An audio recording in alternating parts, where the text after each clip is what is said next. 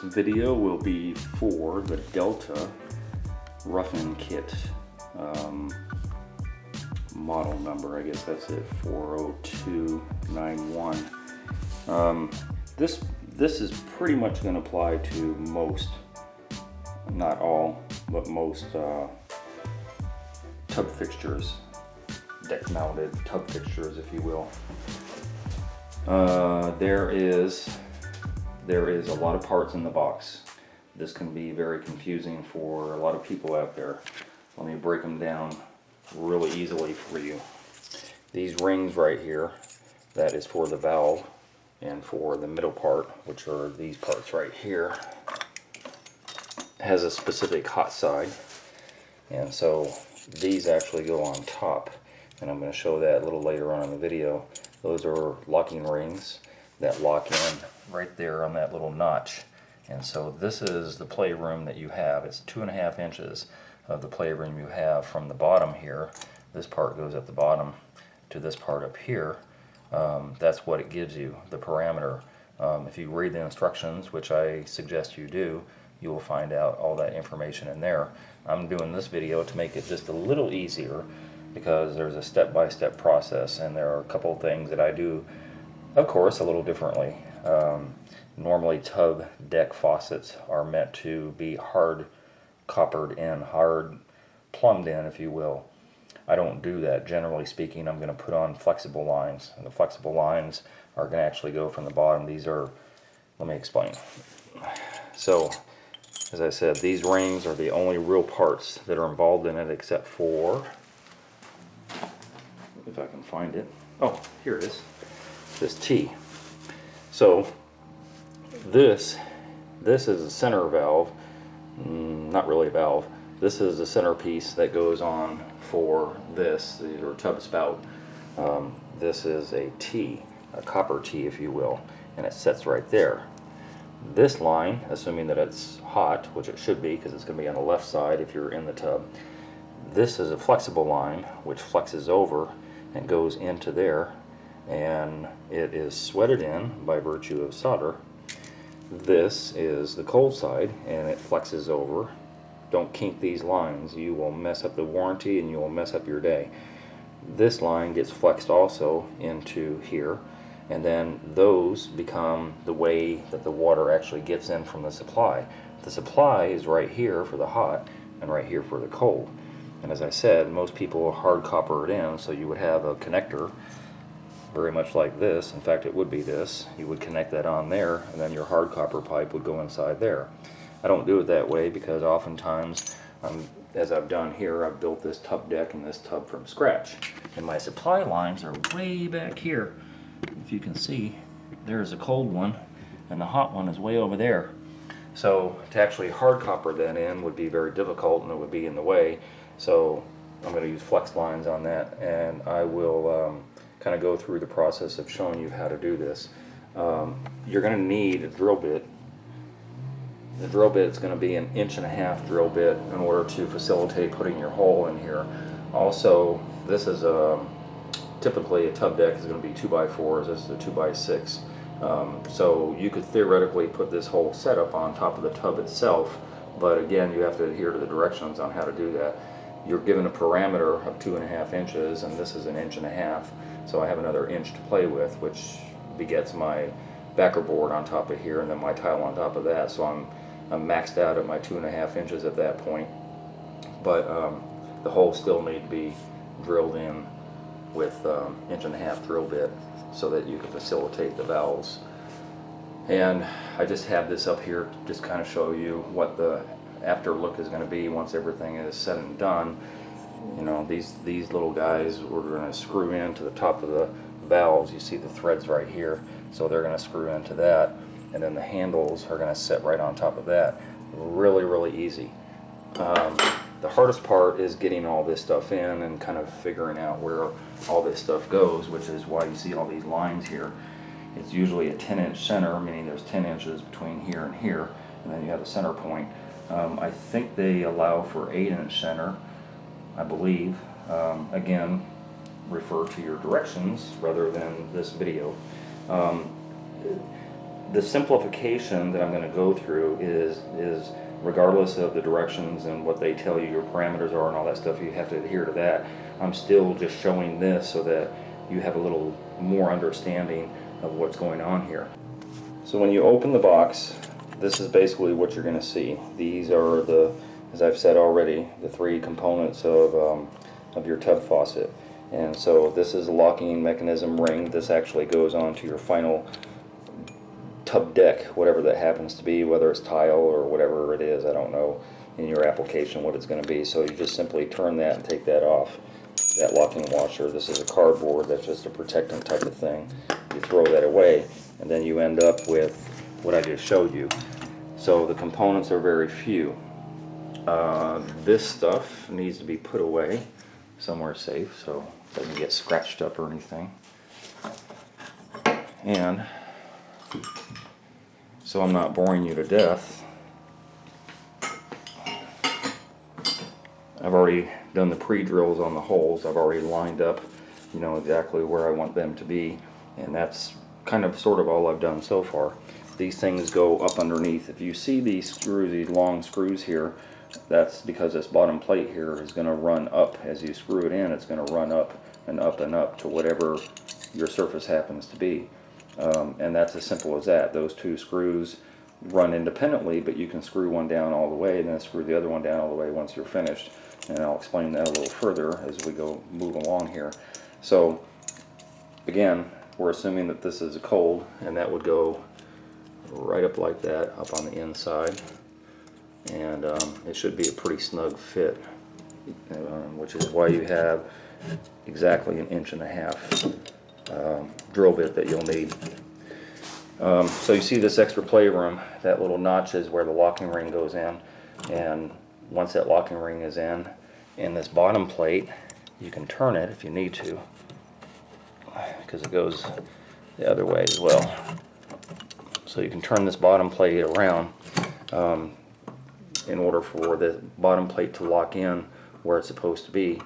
The only other thing in the bag, component wise, are these 6 screws. And if you look on these bottom plates, there are holes. So you have 2, 4, 6, and then you have 6 screws. Once you get this in place and you know that you're not going to be moving it at all, then you come up underneath and you put those screws in, which is why this plate needs to be sideways so that you have something to screw it in, i.e. the wood. That way this thing can just kind of float in there and the plate stays stationary. So you could actually take this, just have a little float down there once that's stationary until you're ready to actually make your connection. I don't do that until everything is said and done, and then I go ahead and put the screws in to the plate there, and that just stabilizes the whole thing. So I'm not going to show all 3 of them. There's really no point. They all set in the same exact way. This is actually turned the other way. That's the way it should be, because this, as I said, goes into this T, and that T will eventually drop down there, and then you'll have this same configuration over there. So you always want to make sure your flexible lines are inside and your supply lines are on the outside. That's very important. And if you have to do a little turn because you're so close to this middle part, which I probably am, do this turn. Actually, I don't even do the turn. You would have to be experienced at this flexible line in order to do that, because as I said, you don't want to kink this line. I usually just kind of back this off and then go forward, and then I'm able to do my sweat connection. That will be the last thing that gets done. Those pieces will go inside this left and right side for your hot and your cold side. And then I go ahead and, prior to all of that, I sweat in my nipples. These nipples are going to facilitate a 1/2 inch supply line to go on the end of that, and they're going to be sweated in both on the cold and the hot side. And those supply lines will eventually go over to where those valves are that I showed you earlier, and it's really that simple. The locking ring I was telling you about goes on the top, and this is how it should look when everything is said and done. If this was your finished, in other words, if you were putting it on here, you would see this locking ring at the top. And then of course, as I said already, you know, you have this part here that screws on, and that screws on to those threads right there. So it's pretty easy once that locking mechanism is done. The little cutouts are for your screws. The little cutouts on these rings are for your screws so that you can get in there and start turning those screws. What that's going to do is bring up this whole valve, this extra inch that you see. It's going to bring up this whole valve until this locking plate is actually to the bottom of there, and then that's when you put in your anchoring screws, the ones I showed you a little bit ago. So it's really that easy. There's not much to it except for the sweating part. I don't know how familiar some of you are with sweating pipe, and so that's probably the most difficult part. After that, the rest of the process is relatively easy.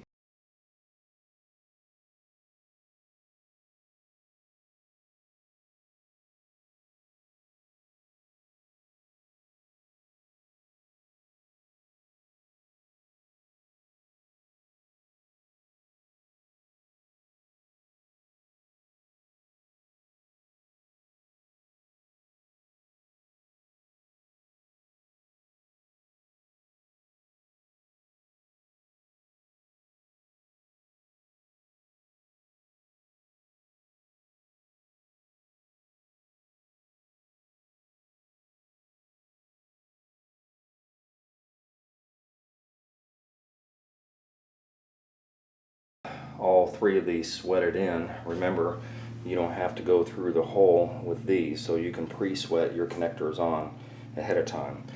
When you go up through the hole, you're coming up face first, or this part first, not the bottom.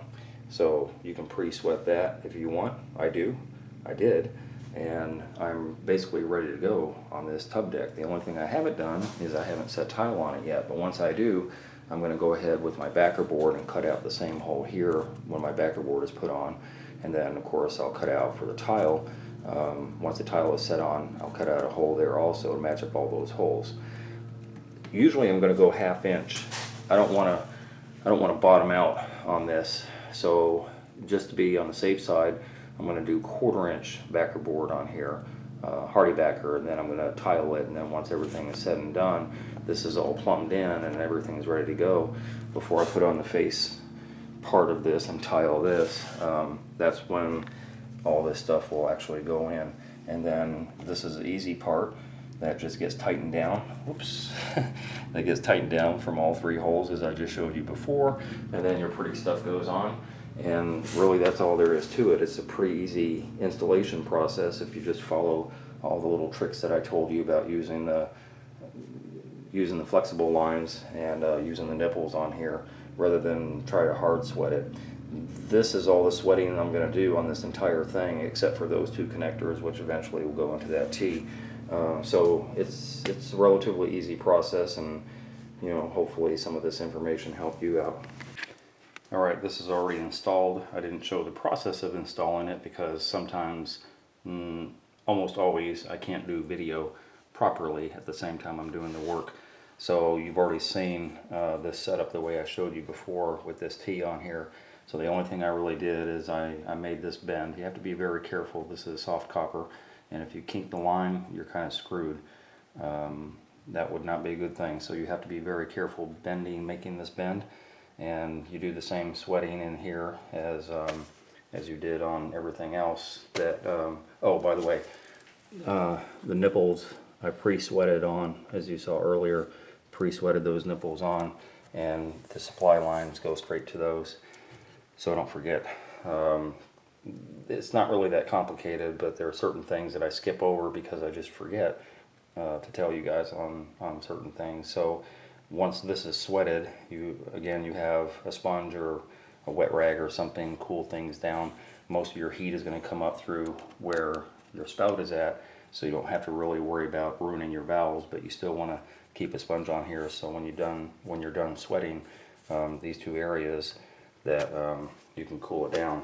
So the only other thing other than that is that I didn't show is before I did this sweat, I pushed my valves up through here. This is a locking ring that I was telling you about before that sets down on there, and it has a little groove on there, and it gives you a little bit of play room. I'm kind of bottomed out with my 2.5 inches here, but it gives you a little bit of play room to put the ring on, and then the excess play room gets taken up by these inside screws.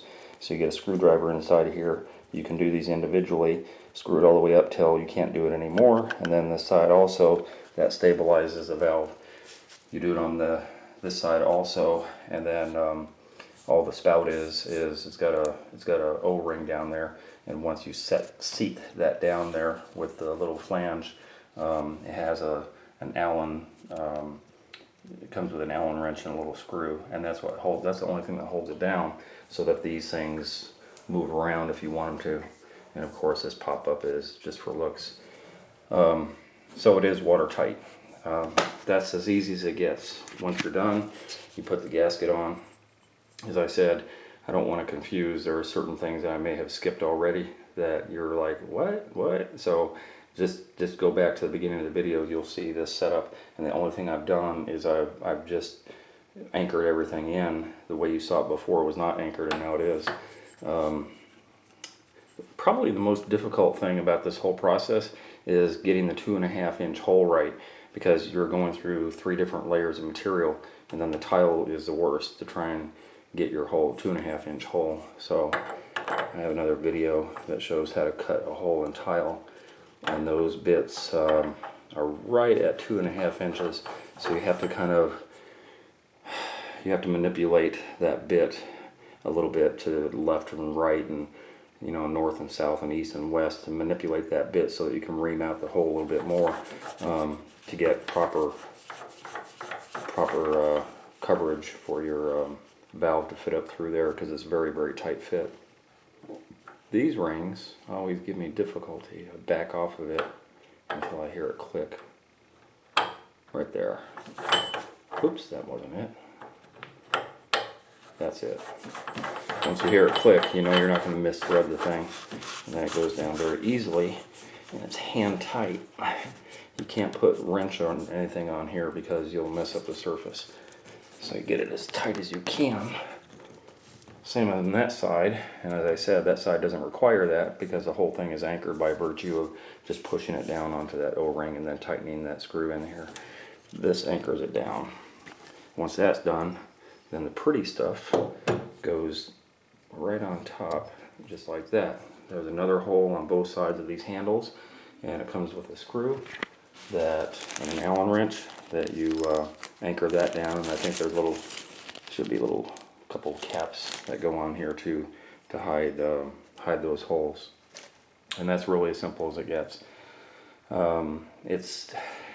It's a little more difficult when you're doing everything from scratch, as I did with this. I literally installed the tub from scratch, and then of course you want to test it for leaks. Right now it's under pressure, there are no leaks, and the inside of the tub is holding water, and that's important to know also, because once this is covered up and tiled, there's not going to be access to it.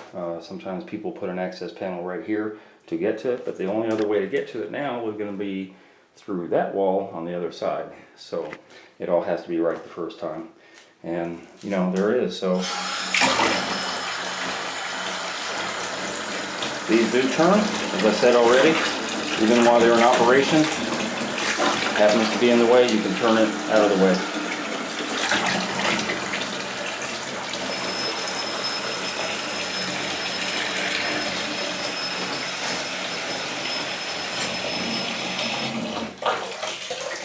That's all there is to it, to a deck mounted Delta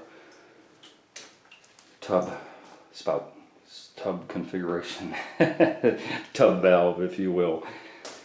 One last thing before I go, I almost forgot. Remember those screws in that little packet? So a lot of guys say, oh, I have extra screws. I don't need these. But if you remember, on the first part of this, there's 6 of them, and I told you there's holes on these valve base plates, which are up under here, and those screws go in those holes. If you don't screw it down, then potentially your valve can move and shift. If you turn your faucet off hard enough or turn it on hard enough, it can turn and shift. So these base plates keep it stable, and all 6 of those go in all 6 of those holes. And that's very important. Those are not extra screws.